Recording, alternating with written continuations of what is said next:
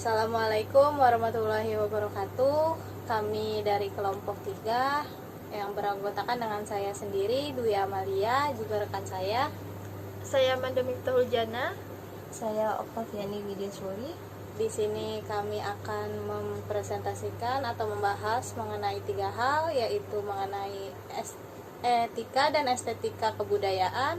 Yang kedua, memanusiakan manusia, dan yang ketiga mengenai problematika kebudayaan. Baik, untuk pembahasan yang pertama itu akan dibahas oleh rekan saya, yaitu Oktaviani. Etika berasal dari bahasa Yunani yaitu ethos, yang berarti adat, kebiasaan, atau akhlak yang baik.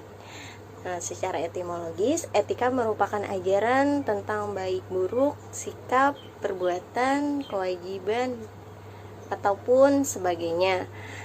Nah, etika di sini bisa berkaitan erat dengan nilai karena pada dasarnya etika membicarakan tentang permasalahan yang berhubungan dengan predikat nilai susila atau tidak asusila dan baik ataupun buruk.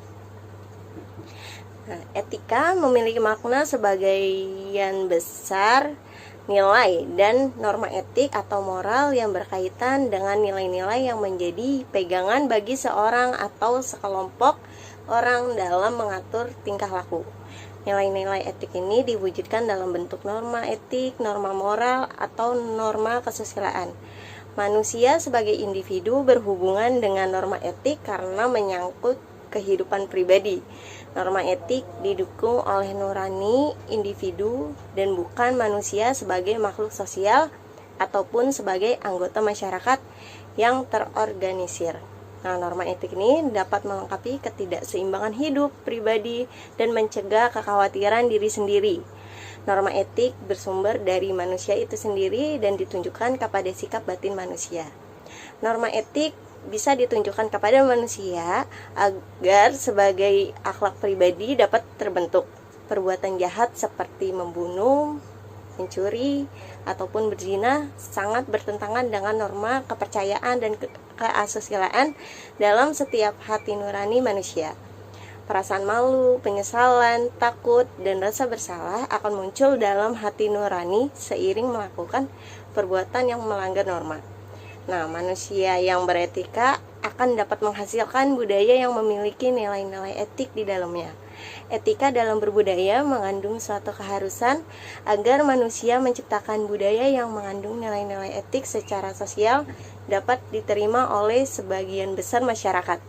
Budaya yang beretika adalah budaya yang mampu menjaga, mempertahankan, dan mampu meningkatkan harkat dan martabat manusia. Sedangkan budaya yang tidak beretika adalah budaya yang merendahkan dan bahkan bisa menghancurkan martabat kemanusiaan. Untuk pembahasan yang kedua itu akan dibahas oleh saya sendiri, Dwi Amalia. Selanjutnya di sini saya akan menjelaskan mengenai memanusiakan manusia. Konsep memanusiakan manusia berpegang kepada nilai-nilai keadilan, kesetaraan, dan nilai persaudaraan. Hak atas pelayanan, kesejahteraan, berpendapat, dan beraktivitas menjadi salah satu cara memanusiakan manusia. Seorang yang dianggap gila sekalipun tidak hilang haknya sebagai manusia. Istilah memanusiakan manusia merupakan upaya untuk membuat manusia menjadi berbudaya dan atau berakal budi. Sesama manusia harus saling menghargai, menghormati, dan tidak mengadili. Tidak ada tindakan yang merendahkan, mencibir, atau hal lain yang membuat sakit hati dan sebagainya. Kata memanusiakan manusia sering ditujukan pada pelayanan pemerintah kepada masyarakat melalui pelayanan publik. Padahal memanusiakan manusia menyentuh seluruh dimensi kehidupan manusia. Pada dasarnya, memanusiakan manusia merupakan bagian dari humanisme. Dalam aplikasinya, humanisme tidak memandang bangsa, agama, daerah, suku, warna kulit, dan sejenisnya. Seorang yang memanusiakan manusia akan berusaha membantu siapapun, tidak memandang apapun. seperti kata Presiden keempat Indonesia, yaitu Dr. Kiai Haji Abdurrahman Wahid, atau yang akrab disapa dengan Gus Dur. Beliau berkata bahwa tidak penting apapun agamamu, kalau kamu bisa berbuat baik untuk semua orang, mereka tidak akan pernah tahu apa agamamu. Gus Dur juga pernah berkata, Tuhan tidak perlu dibela, Dia sudah maha segalanya. Belalah mereka yang diperlakukan tidak adil. Nah, di sini memanusiakan manusia juga berperan dalam pendidikan. Pendidikan hanya menjadi sarana bagi manusia, misalnya hanya untuk menghasilkan uang, mencari keuntungan, dan kenyamanan. Menurut Ross dan Nicole, masa depan yang sebenarnya tak seorang pun dapat menggambarnya dengan pasti. Kita hanya dapat memprediksi berdasarkan apa yang telah dijalani selama ini. Pendidikan sebaiknya berperan bukan hanya mempersiapkan masa depan saja, tetapi dapat menjadikan manusia dapat hidup guna melaksanakan tugas kemanusiaannya, yaitu mampu menemukan kesempurnaannya. Dan untuk pembahasan yang terakhir mengenai problematika kebudayaan itu akan dibahas oleh rekan saya, yaitu Amanda. Yang terakhir, saya akan membahas tentang problematika kebudayaan. Kebudayaan yang telah diciptakan oleh manusia dalam dimensi ruang dan waktu yang berbeda-beda akan menghasilkan keragaman budaya. Keragaman yang dimiliki sekelompok manusia akan membentuk diri dan menjadi pembeda dengan kelompok lainnya. Ini menandakan kebudayaan merupakan identitas diri dari suatu kelompok peradaban manusia. Seiring berjalannya waktu, kebudayaan akan mengalami dinamika seiring dengan pergaulan hidup manusia sebagai pencipta dan pemilik kebudayaan. Hal ini menyebabkan terjadinya pewarisan kebudayaan, perubahan kebudayaan, dan penyebaran kebudayaan. Pertama, pewarisan kebudayaan adalah proses pemindahan penerusan, pemilikan, dan pemakaian kebudayaan dari generasi ke generasi secara berkesinambungan. Namun, dalam prosesnya bisa muncul permasalahan seperti kesesuaian budaya warisan tersebut dengan dinamika masyarakat sekarang, penolakan oleh generasi penerima, dan munculnya budaya baru. Yang kedua, perubahan kebudayaan adalah perubahan yang terjadi sebagai akibat dari adanya ketidaksesuaian di antara unsur-unsur kebudayaan yang saling berbeda, sehingga terjadi ketidakserasian fungsi bagi kehidupan. Perubahan kebudayaan ini mencakup banyak aspek seperti bentuk, sifat perubahan, dampak perubahan, dan mekanisme yang dilalui. Pembangunan dan modernisasi termasuk ke dalam kategori perubahan kebudayaan. Perubahan kebudayaan dapat menimbulkan problematika antara lain, yaitu apabila perubahan justru mengalami kemunduran, bukannya kemajuan, maka akan merugikan manusia, dan perubahan akan berdampak buruk jika dilakukan melalui revolusi berlangsung cepat dan di luar kendali manusia. Yang ketiga, penyebaran kebudayaan, yaitu proses menyebarnya unsur-unsur kebudayaan dari suatu masyarakat ke masyarakat yang lain yang berbeda wilayah. Penyebaran kebudayaan bisa menimbulkan problematika di mana masyarakat yang menerima kebudayaan akan kehilangan nilai-nilai budaya lokal karena tergerus kebudayaan yang baru. Maka dari itu, dibutuhkan etika dan estetika berbudaya oleh manusia agar problematika yang menghantui kebudayaan ini dapat terminimalisir sehingga anak dan cucu kita nantinya dapat menjadi pencipta kebudayaan tanpa perlu merusak kebudayaan yang telah ada. Baik, presentasi kami sudah selesai. Di sini saya akan membuat kesimpulannya dari pembahasan presentasi dari kami. Kami dapat menyimpulkan yang pertama, manusia adalah sebagai makhluk yang berbudaya.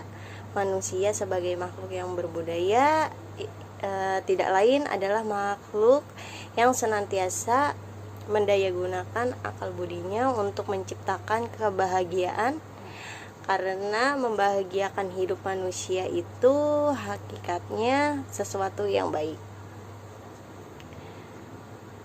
Tentu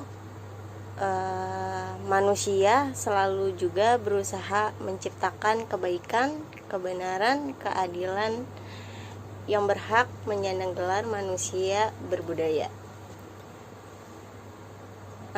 Yang kedua, manusia ini juga memiliki kemampuan daya antara lain akal, inteligensi, intuisi, perasaan, emosi, kemauan, fantasi, dan perilaku. Budaya adalah suatu cara hidup, berkembang, dan dimiliki bersama oleh sebuah kelompok orang dan diwariskan dari generasi ke generasi dan sering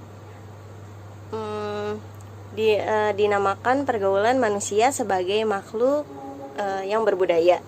Tentunya akan menimbulkan berbagai problema di dalam kehidupan manusia.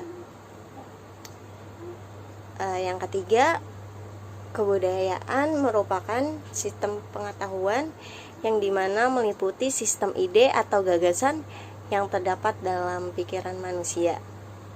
Sehingga dalam kehidupan sehari-hari, kebudayaan itu bersifat abstrak. Sedangkan perwujudan kebudayaan adalah benda-benda yang diciptakan oleh manusia sebagai makhluk yang berbudaya, berupa perilaku, benda-benda yang bersifat nyata. Lalu yang keempat ada substansi utama budaya. Nah, substansi utama budaya ini adalah sistem pengetahuan, pandangan hidup, kepercayaan, persepsi, dan etos kebudayaan. 3 unsur yang terpenting adalah sistem pengetahuan nilai dan pandangan hidup.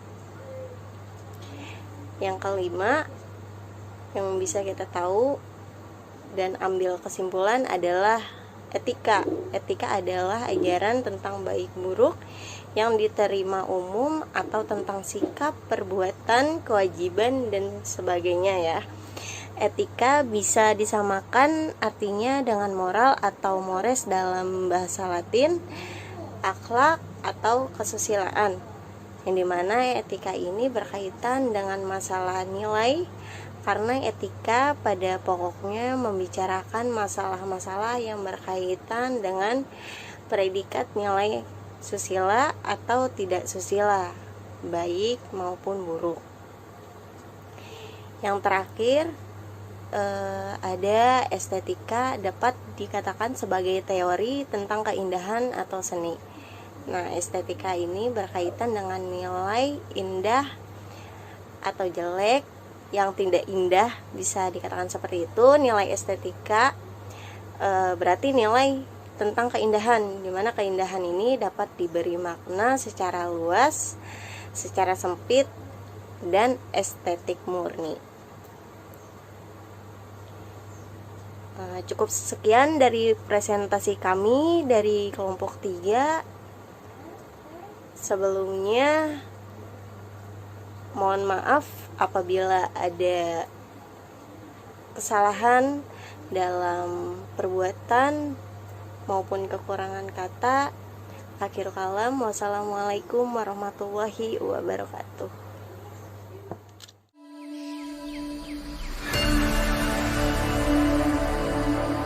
Indonesia is the most beautiful land in the universe. The land where we were born, the nation where we grew up. So many colors that live together in peace. With 1,000,000 timeless treasures. With an abundance of natural wealth. Indonesia is not just wonderful.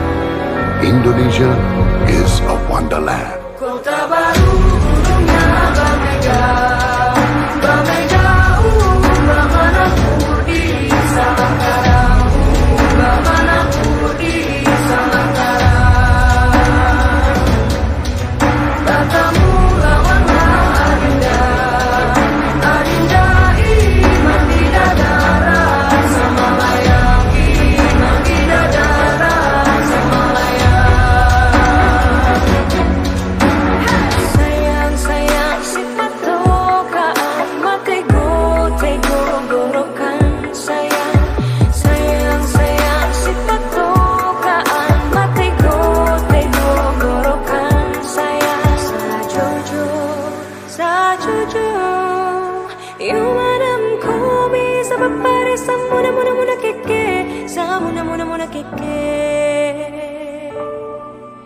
toleran.